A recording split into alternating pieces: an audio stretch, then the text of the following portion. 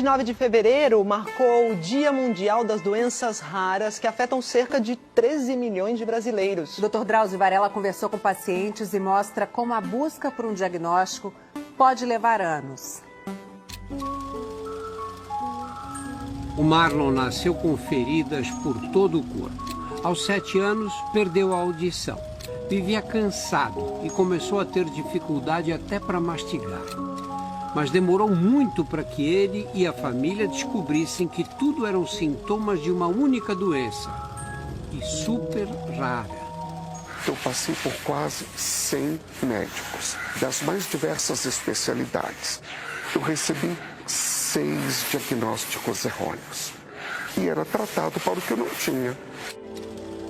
Foi só com 45 anos de idade, quando já tinha se tornado padre, que ele descobriu qual era a doença que o afetava. Ela se chama deficiência do transportador de riboflavina. No Brasil todo, existem apenas 15 casos diagnosticados como o dele, e 350 no mundo.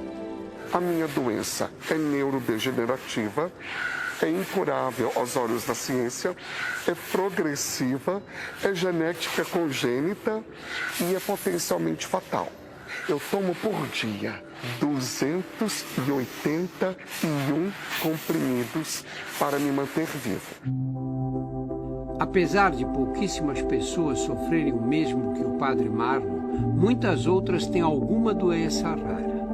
O Ministério da Saúde considera a doença rara aquela que afeta 1 em cada 2.000 nascidos vivos.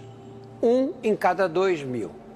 A estimativa é de que existam 13 milhões de brasileiros com alguma condição rara. Isso representa 6% da população. E existem mais de 7.000 tipos diferentes de doenças raras espalhadas pelo mundo. Até hoje, a psicóloga Kátia Moritz não sabe exatamente o que causa nela tanto desconforto durante a digestão. E eu não conseguia entender o que eu tinha. Mas a minha expectativa é que eu ia ir no médico, eles iam saber o que aconteceu e iam me ajudar. E isso não aconteceu. Então eu embarquei numa jornada de muitos e muitos anos. Hoje ela vive nos Estados Unidos com a família. Nessa busca incessante pelo diagnóstico, a Kátia descobriu várias pessoas que passam a vida sem entender a causa dos seus sintomas. Estas histórias acabaram rendendo um documentário dirigido por ela.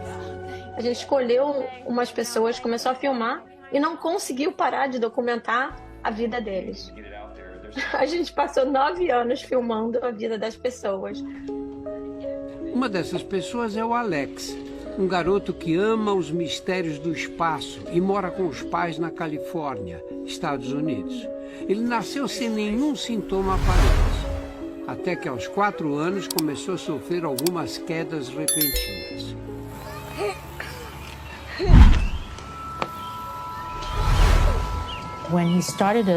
Nós pensamos, ele provavelmente é só um pouco desajeitado.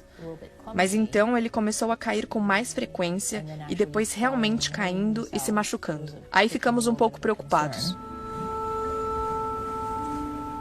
Aos poucos, Alex foi perdendo movimentos e habilidade para falar. Ok, volte e ande novamente. Os pais decidiram então gravar vídeos para registrar a evolução de uma doença que eles não faziam ideia de qual era. Eu não consigo andar. Ele podia ir da cama para o banheiro. Aos poucos, ele não conseguia mais ir até o banheiro. Ele fazia metade do caminho e então dizia: "Mãe, não consigo mais andar."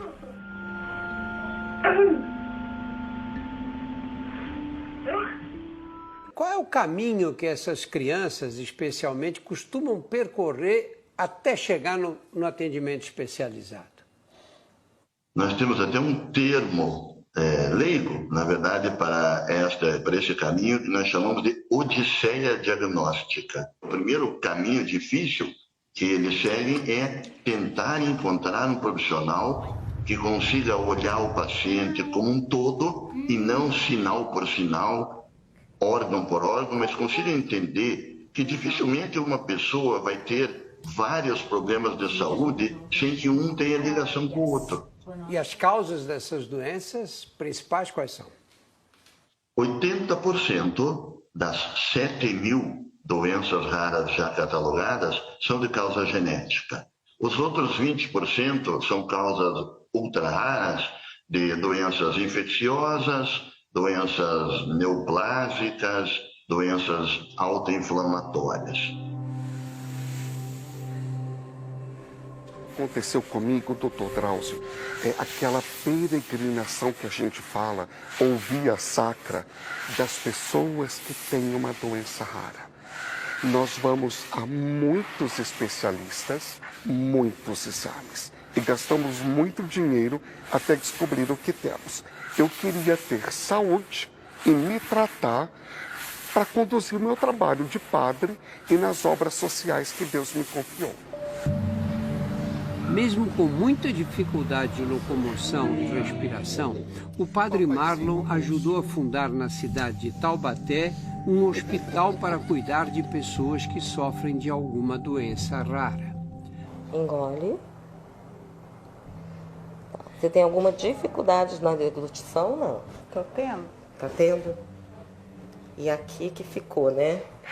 E é o primeiro hospital do Brasil exclusivo, especializado para tratar integralmente a pessoa com doença rara, sobretudo a mais pobrezinha e a sua família.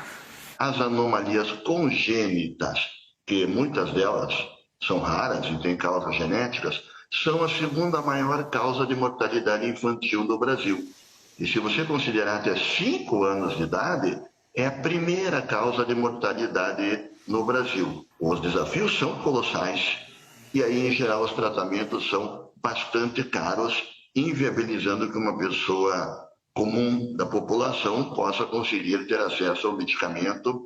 E aí entra uma outra jornada que muitas vezes envolve, inclusive, a judicialização, que é mais um grande problema do SUS para o acesso à medicação quando ela existe. Mas quem não pode ser penalizado para essa dificuldade é o paciente e seus familiares, que são o elo mais frágil desta corrente toda. Kátia? Yes. Recebemos uma ligação do neurologista. Existe um diagnóstico para o Alex. É um gene chamado IRF2BPL.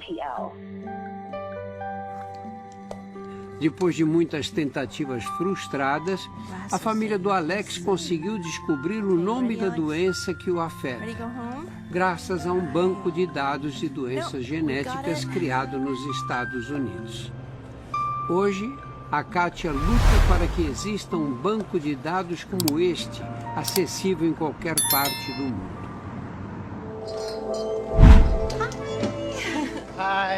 Assim, eles descobriram outras 90 pessoas diagnosticadas com a mesma mutação genética do Alex. Mas só o nome dele foi enviado a Marte num microchip a bordo de um robô da NASA. O Alex continua fascinado pelo espaço.